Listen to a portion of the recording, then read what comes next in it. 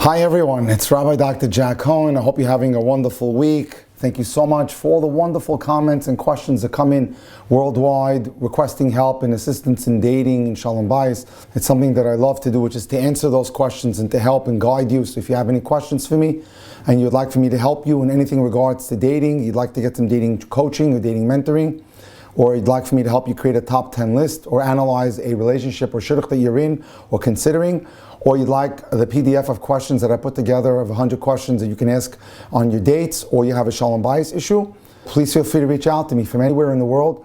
You can WhatsApp me or call me, or you can send me a text to 305-206-1916. Again, 305-206-1916. If you're an email person, it's drjackcohen18@gmail.com, drjackcohen18@gmail.com, or you can go right to my website where you can book appointments and you can download a plethora of many resource items there. You have videos right there, drjackdating.com. Write me an email, ask me a question, make a comment. It's all good. I also want to express a mazel tov to all the many wonderful people that I've had the pleasure to mentor this year. It's been an incredible year. Probably over 100 people got engaged and got married, thank God. Some I was involved in, all of them, thank God, I mentored and facilitated and helped them to get to the end. You don't have to be the shadchan to get people married. You can help so many people by guiding them and giving them straightforward, solid Das Torah advice.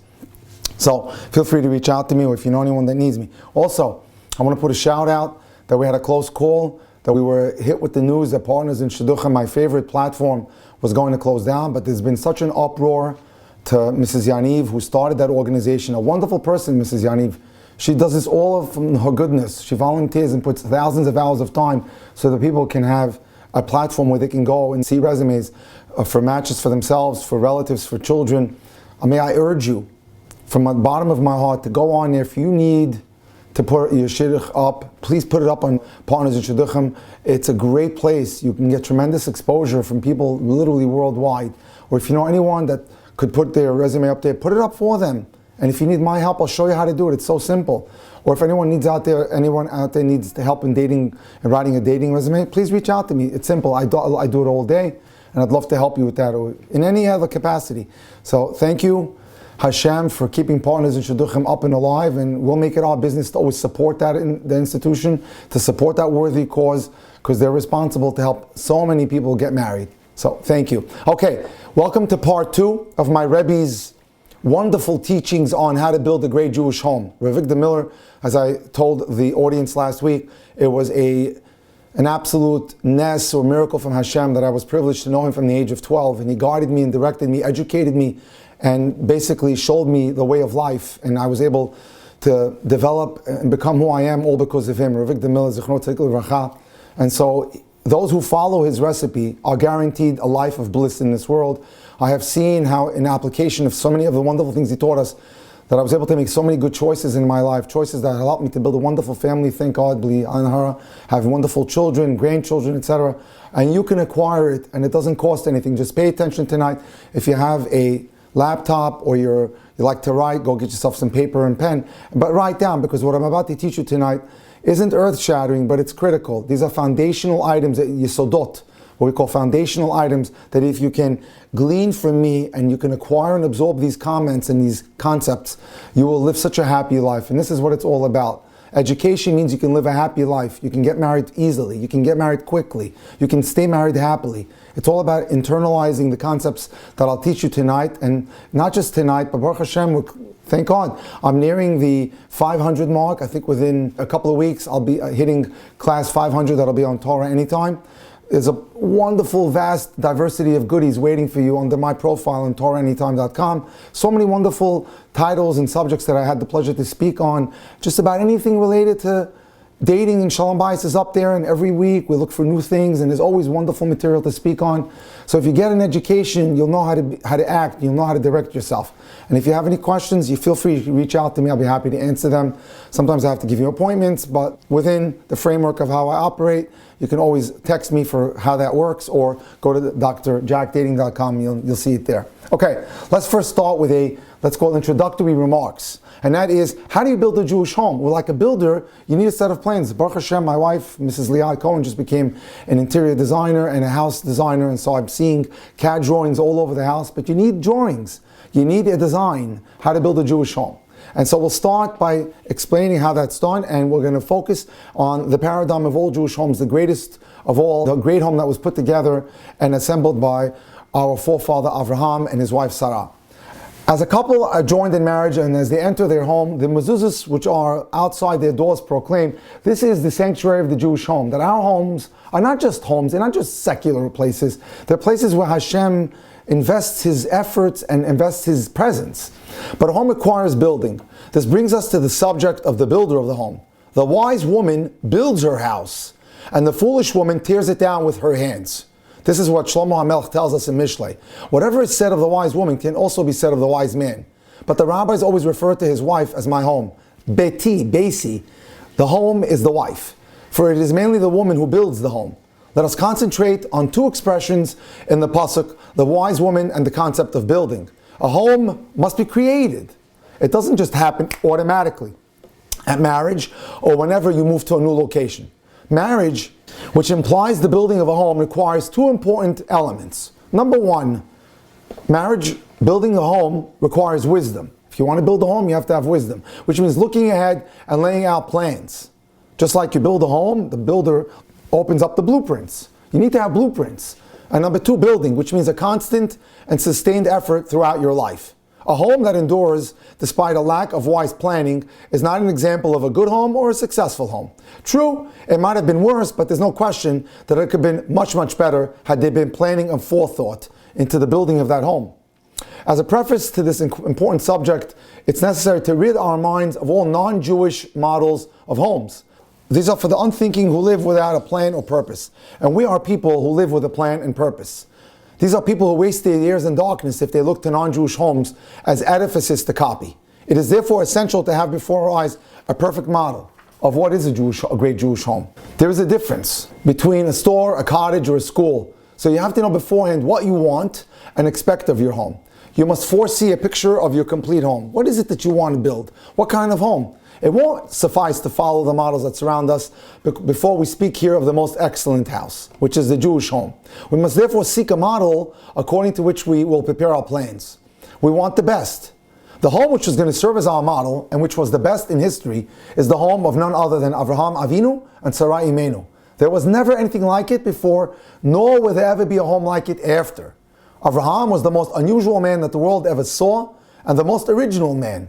He possessed a fountain of moral energy, and he pursued his ideals with every bit of his kishkiz and effort and energy and vitality that he had in his body. Avraham became so great that Hashem finally decided that Avraham was the man for whom he was waiting. As a reward, Hashem bestowed on Avraham a covenant that would last forever. This flaming idealist, Avraham Avinu, spread his idealism to all with whom he had contact. Because Sarah had the most contact, we understand that she became second only to Avraham. Therefore, when Hashem made a treaty with Avraham, that from Avraham would come the great eternal nation, us, the Jews, he stipulated that the seed of this eternal nation would come solely from Sarah, the wife of Avraham. It couldn't come from any other woman. This is the reason for the appearance of the three angels in the plains of Mamre, as we know from Sefer Bereshit. Although it was already foretold to Avraham that Sarah would bear the son, who would have and keep the everlasting covenant, now the angels came to tell Avraham the good news. Sarah did not go out to meet them, nor did they enter her tent. But when they said, "Where is Sarah, your wife? Ayeh Sarah ishtecha?" Sarah was listening at the entrance of the tent, and thus the angels delivered the message directly to Sarah. This holiness was not due to the environment, because the environment was corrupt. Avraham lived in a world, in a generation that was steeped in idolatry, avodah zarah. This was an original and unique product of Avraham and Sarah's home, of these two brilliant minds, these two idealists who devoted their lives to total achievement. They didn't waste their time in this world. They were here because they understood they had a purpose. And we should understand that purpose. We're here to achieve for Hashem. As Rav Victor Miller would tell us, we're here to perform. And our mission is to understand what is my role and mission in this world, and how do I achieve it, always with God's help, and always asking for God's direction. Avraham, the originator and the leader, and Sarah, his greatest disciple and partner in everything, planned their home. As a young boy, Avraham began a career of studying the world around him and recognizing the Creator in every phenomenon. As soon as he married Sarah, who was 10 years younger than him, she went along with him, and together they traversed the path of greatness for many, many years. Finally, when Avraham was 70 and Sarah 60, they appeared on the scene in the Torah. Before then, they were preparing. Sometimes it takes years before you become who you're supposed to become. In the meanwhile, you're preparing yourself. And they had laid their plans and had begun carrying them out. The Torah narrates only a few of their deeds, but whatever is mentioned is intended as a model for us to learn for forever. Those who intend to build a great Jewish home should utilize the model of Avraham and Sarah, which they supplied us with. The wise woman that builds her home must study this model to know, what am I attempting to create for myself? We must study the model offered by Avraham. He was a prince in everything. When he negotiated for a burial plot, he politely made the offer through a third party when it came to dealing with Ephron. He dealt with the other people. He was very classy. When the seller consented, Avraham bowed to the ground to thank him, like a prince dealing with princes. Avraham was noble. Avraham was refined. Another model of Abraham's princely behavior is evident in the episode of the three wayfarers who at first looked like ordinary men, yet he ran to greet them and fell to the ground before them to entreat them, please come to my tent. To our minds, it's unthinkable that a powerful and wealthy and resourceful person would prostrate himself on the earth before three unarmed pedestrians. Yet this is exactly what Avraham did. But because Avraham was a prince, he regarded every man as a prince. Because Sarah was the same, Hashem declared her name to be not Sarai, but Sarah, a princess. A Sarah is a princess. A Sar is an officer. We might say these two noble personalities were indeed capable of creating a model home. But who today is even remotely similar to Avraham and Sarah that they can aspire to emulate them? But don't fall for that. That's the Yetzer Hara. It's self-deception, and that's a false excuse. Our mission in this world is to always look around and see who's doing something better than us, especially spiritually, and to try to emulate that. In Hebrew, it's called kinat sofrim. I can be jealous of someone who's accomplishing greatly spiritually. Every Jewish man or woman possesses within themselves an inheritance from these great progenitors, Avraham and Sarah. Implanted within our genes is potential that we can do what they did.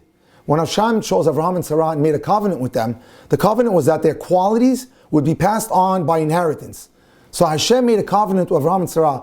All your good virtues can be passed down to your great-great-great-great-great-grandchildren and so on. And we have those qualities. It's in us. Every Jewish man has the potential to become an Avraham.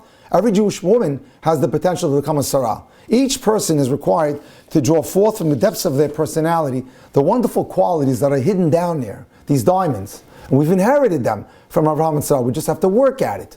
Even if we don't succeed in reaching the summits and the great heights of our great forefather and foremother Avraham and Sarah, there's no question that everyone can aspire to an excellence beyond their sight. Therefore, every person who begins the career of building a great Jewish home is justified in planning to build on the foundations upon which Avraham and Sarah began building. Let's use the foundations that were put down by Avraham and Sarah to build our own great sanctuaries. Now, let's start. What is the very first foundation? What is the first foundation stone that we need to set down as we attempt to build our great Jewish home? The very first foundation of this sanctuary that we'll call our home is the relationship between husband and wife. This involves the greatest respect for each other, the greatest possible loyalty to God, and the greatest possible dedication to the ideal of making our home the best home that we can make it, the very best. When we think of a home, we might consider it as a place of relaxation. After a tense day in the office and contact with other people, when it was required that you behave in an artificial manner, now you come home and you behave naturally. You just want to let your hair down. But that's wrong. That's a fallacy.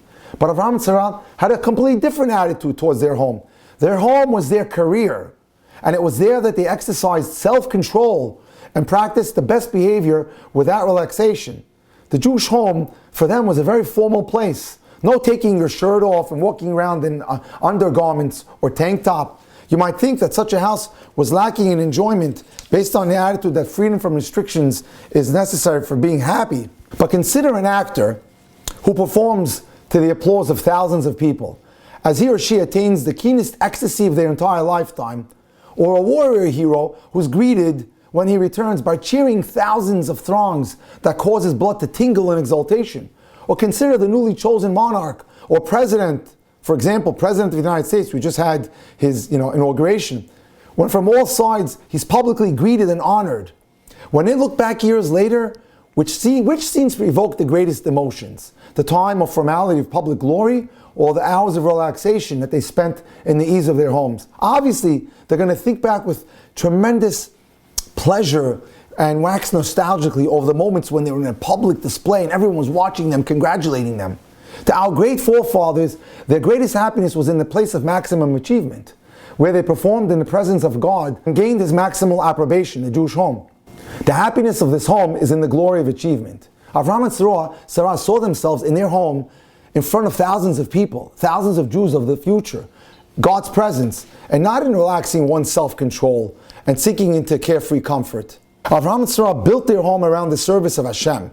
The central theme around which everything revolved was God, and all their thoughts and deeds were devoted to the awareness of Hashem in their home.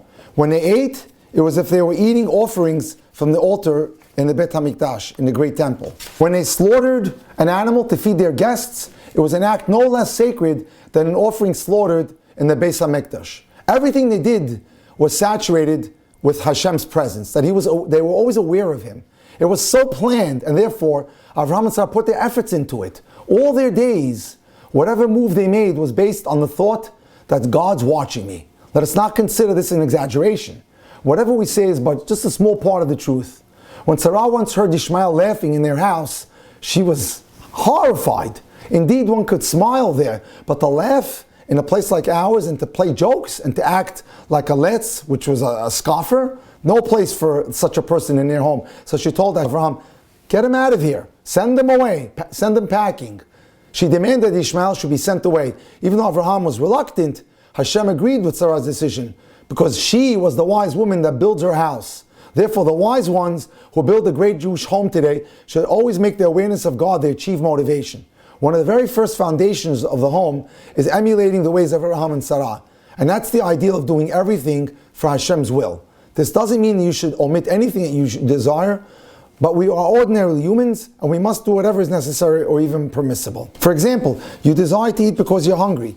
You can't be a hypocrite and declare that you eat only for God, yet when you add the intention of eating in order to be able to serve God, I'm eating to be strong in order to be able to serve Hashem, which is to go to work, or to go learn, or to be able to take care of my family and earn a living. That's good. Just try to thread in there that thought when I go to work, or I'm going to take my kids to school, or I'm going to help my wife or my husband. I'm doing it with an idea that I'm doing a mitzvah. It has so much better effect. Thus, a new couple should think and declare that they're marrying to set up a house to serve Hashem. Even the comforts of the home can be included in the intentions of serving Hashem. And that is, you can go ahead and buy yourself nice clothing, nice furniture, nice accessories, but if you do it with the intention of using it in order to serve God, it becomes a holy endeavor already. And that's critical. Let's go to some of our points now in terms of parents. It was because David HaMelech was trained by his mother to see the beauty in the world that he was able to recognize the kindness of Hashem. She taught him, his mother taught him to admire the sun and the rain and the wind and the tree. The next focus of tonight's presentation is all about attitudes. How we can plant great attitudes into our own minds and into our children. From his mother, he learned to be grateful to Hashem, who made the sun and the rain and the wind and the trees. And when the wind blew, David's heart sank within him. Thus he created the conduits through which prophecy flowed into his head and into his heart. These channels were dug by David, who began to work under his mother. It was because of this training that he was chosen as Hashem's sweet singer of the sun and of the wind. He used to sing of the sun and the wind and the rain. But in most homes, unfortunately, the weather is just an excuse for complaining or unhappiness. This attitude of pessimism, because it rains and because it's snowing, is taught to children. It enters their bones and they remain unhappy, pessimists throughout their lives. Because it's dug into their mindset, into their subconscious, that when they were younger, mommy said, oh, it's raining today, what a horrible day. Why does it have to be that way? When rain or snow comes and the mother groans and she complains repeatedly, morning and afternoon and evening, these thoughts that the children hear against the rain and snow lay the foundation for the child's mental behavior and create their outlook on life. Whenever rain or snow comes, they're going to have an unhappy day, because their thoughts are those that were implanted in the beginning of their lives, because they were told by their parents that a snowy day is a bad day, that a rainy day is a bad day. Did they ever give thought to the fact that snow and rain are replenishing the world, that without snow and rain we would die, we would starve?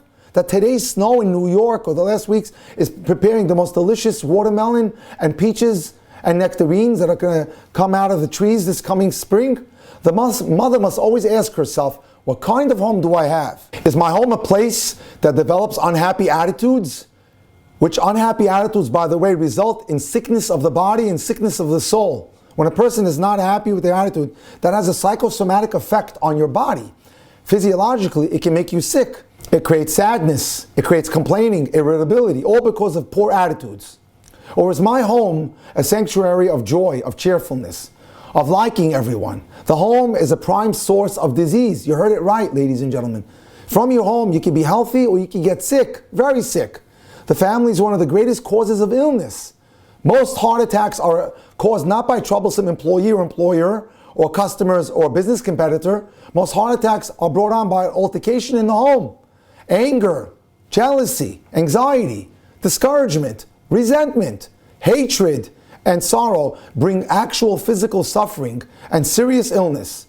A very large part of such things can be traced to the inept mother who tears down her house with her own hands because she didn't convey the good attitude to her spouse or to her children.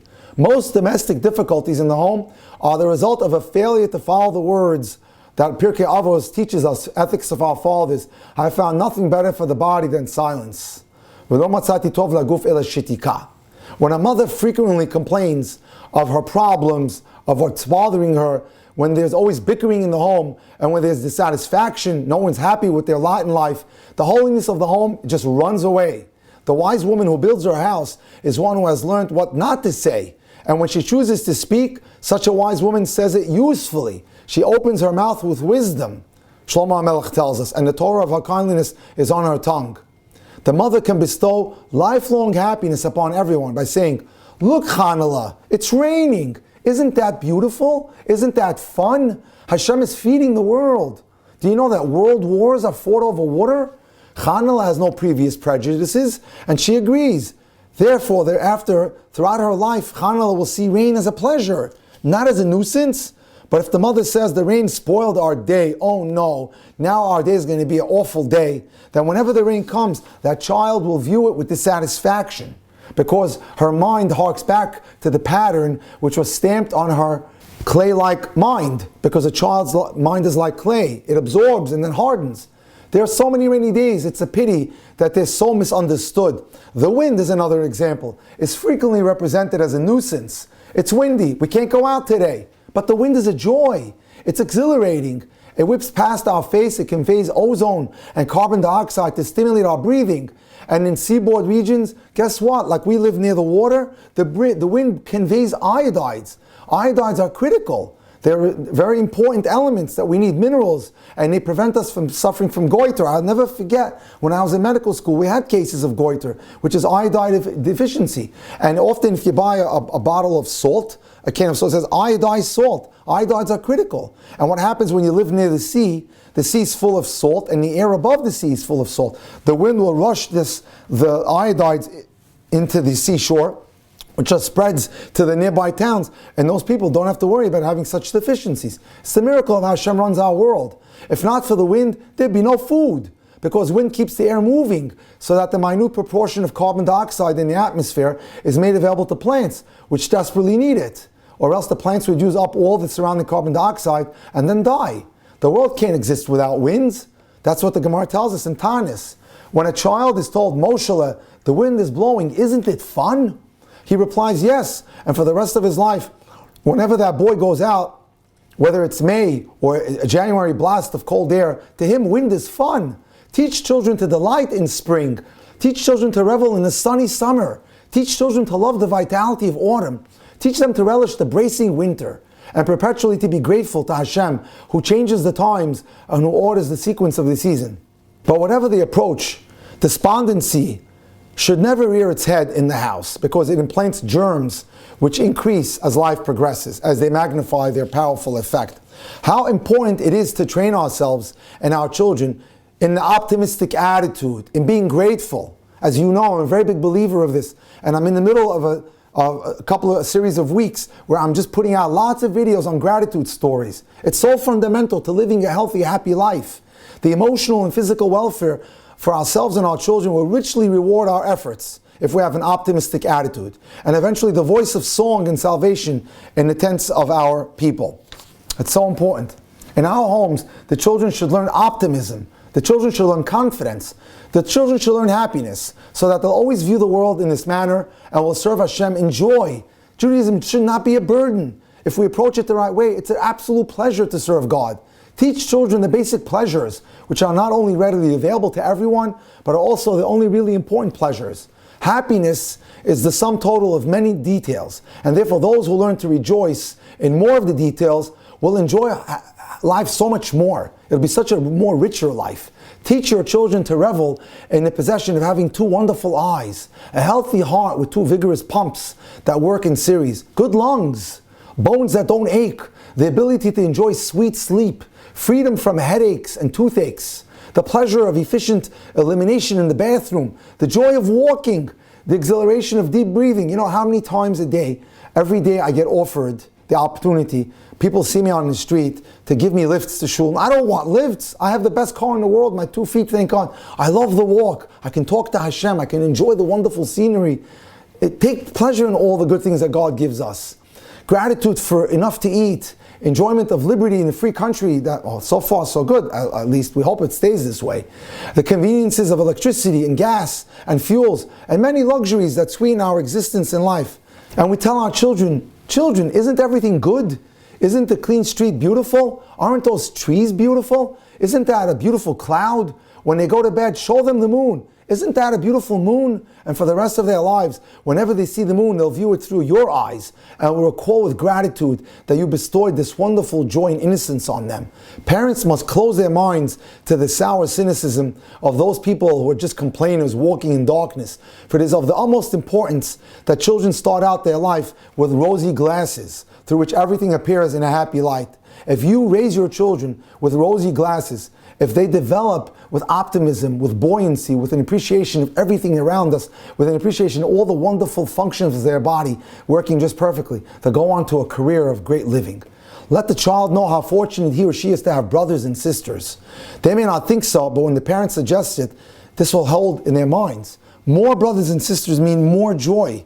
They must learn that happiness, or else, you know what's going to happen? They'll follow their nature and they'll view every one of their brothers and sisters as competitors, and no one loves competition. Thus, they grow up with the attitude that every brother or sister is a disability because they weren't taught that brothers and sisters are good for them. Instead, they see them as competitors. We should tell our kids, aren't you lucky to have a brother? Aren't you lucky to have a sister? Isn't it good to have uncles? The love of your brothers and sisters is cultivated, and the child ultimately comes to appreciate people so that they'll greet everyone with happiness. Right? B'sever panim yafot, as Pirkei Avos teaches us. Teach your children to enjoy their home and its numerous facilities. Say, look at our wonderful walls. They give us privacy. They keep out the wind, and they prevent us from falling into the street. We're lucky that we have wonderful homes. The roof keeps out the rain and the snow, and it provides shade. A prairie wanderer in the winter would be overjoyed to have a roof and 4 walls. Talk about the luxury of the kitchen sink, which when you turn our faucet and water flows as copiously as the heart desires. Until recently, such a convenience was only available to kings and queens. I remember visiting the Palace of Versailles in France, where we saw a beautiful, opulent palace, but there were no bathrooms, and many people died from dysentery and other diseases while they lived in the great courts of Louis XIV, etc. Many of them died for lack of the ability to go to the bathroom. But we're lucky, we have toilets that flush. It's the combination of wisdom with kindliness that brings success to the parents' efforts to improve the family. Strategy requires tact and kindliness to sweeten our words. The husband and the sons may require an urging to attend shul or to go to study Torah, and the daughters may require constant urging to perform duties. But the mother opens her mouth with wisdom. Before speaking, she plans the most effective approach to talk to them so that no undesirable reaction is aroused. Here's an important area that I want to speak about, and it's called perfect actors.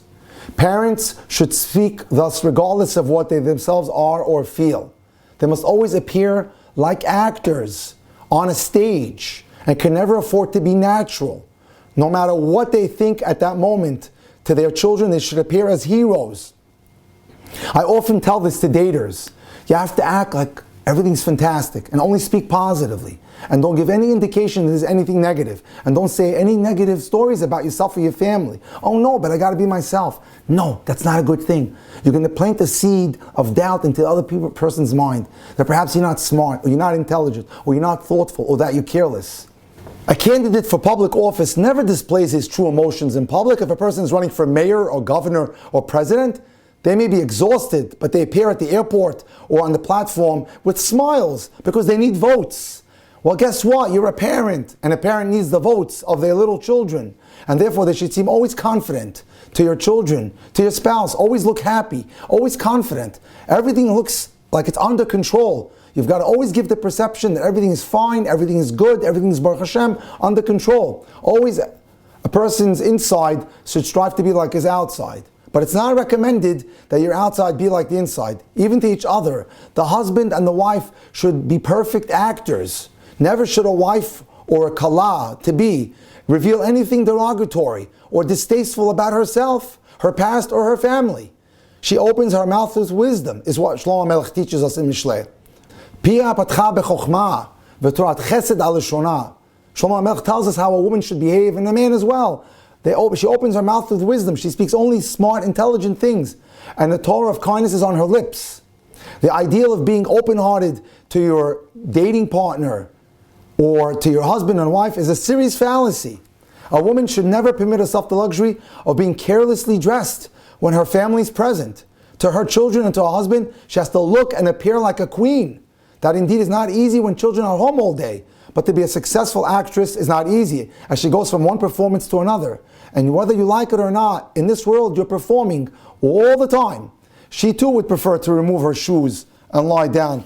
But for all the money and glory, she may appear in front of each performance like a shining queen. For a wife and a mother, it's rewarding when she appears her best at every occasion. We are all actors in this world. Again, let me repeat, this is such an important point. We're all actors in this world, and we can't afford to be natural. It is not wisdom to be natural, and the wisdom of women builds their homes. Avraham and Sarah were the greatest actors. They were always ready, and they were perfect in the way they performed. Children should see their parents well-dressed, confident, and thus come to regard their parents as great personalities that they look up to. Ezra and his Beis Din, Ezra built the second Bet HaMikdash, considered it so important, the matter of a wife's appearance in the eyes of her husband, that he instituted a decree that cosmetic supplies must visit the small towns every week to sell cosmetics, so women should have makeup on all the time. However, it's a serious error for women to adorn themselves for the street while being unkempt or slovenly at home, thus causing men to believe that other women are more attractive than their own wives. A man should always think about having an exclusive thought of his wife and no one else. The attractiveness of a woman should be reserved for her husband, like a sacred sanctuary where no stranger can look in. Let's talk about confidence. Don't put blood upon your house. Safety is a prime requirement in a Jewish home. One should not set up a weak ladder in the home. Kesuvos tells us, no one should once stand on unsteady perches to reach a high shelf or to hang drapes. The stairs must always be uncluttered.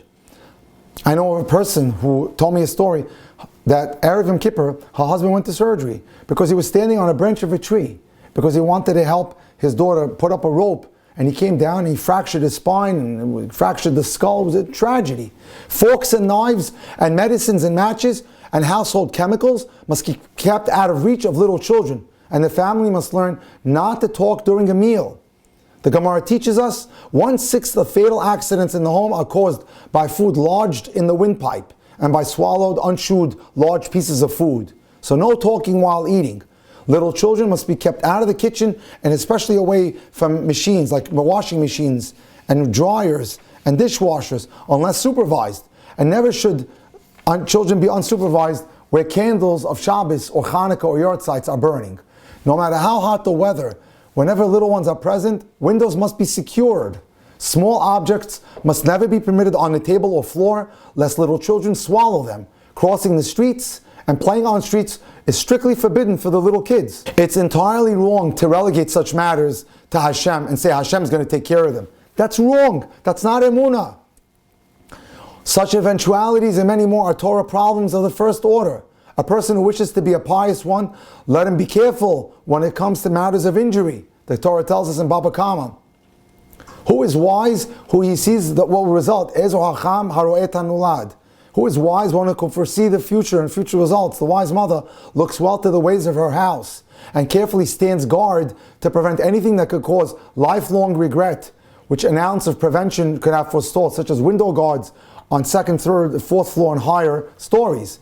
It is wrong to attribute to God those misfortunes which result from the sins of laziness and thoughtfulness. It's not God's fault that a person decides to jaywalk and something happens to him, God forbid. It's not God's fault that you don't put on a seatbelt. The foolishness of a man sets his path awry, and his heart frets against Hashem. But every step, every strategy and undertaking must be prefaced with a prayer to Hashem for success. Our souls hope to God. He is our help and our shield. David HaMelech tells us in Tehillim.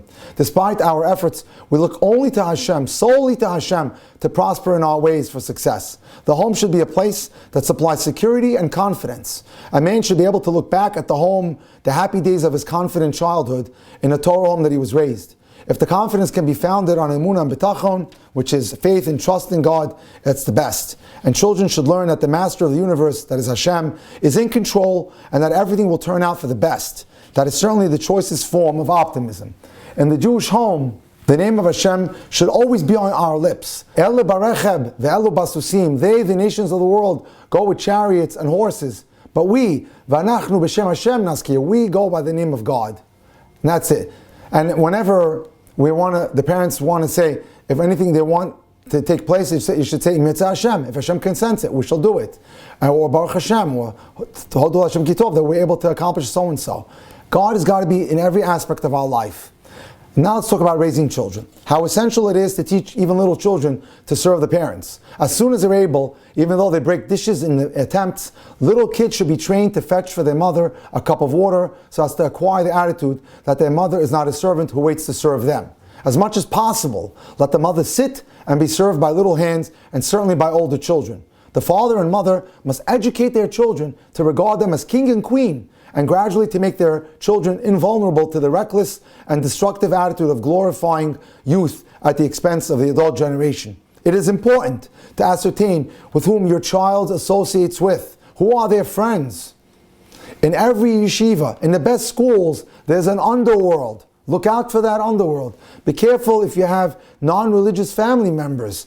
Don't send your kids there unsupervised to cousins who are not religious. That's very important. Or friends that are not religious. That's so important. On Shabbos, it's better off if you keep them at home because no one will protect your child from street accidents or other mishaps. How essential that one should see that his kids walk in the ways of Hashem. And it's important to keep on top of the progress of your children. Go visit the teacher, go visit the Rabbi, and give them gifts. It's very important. It's important to chastise our children as well and not make excuses for them when they've done something wrong.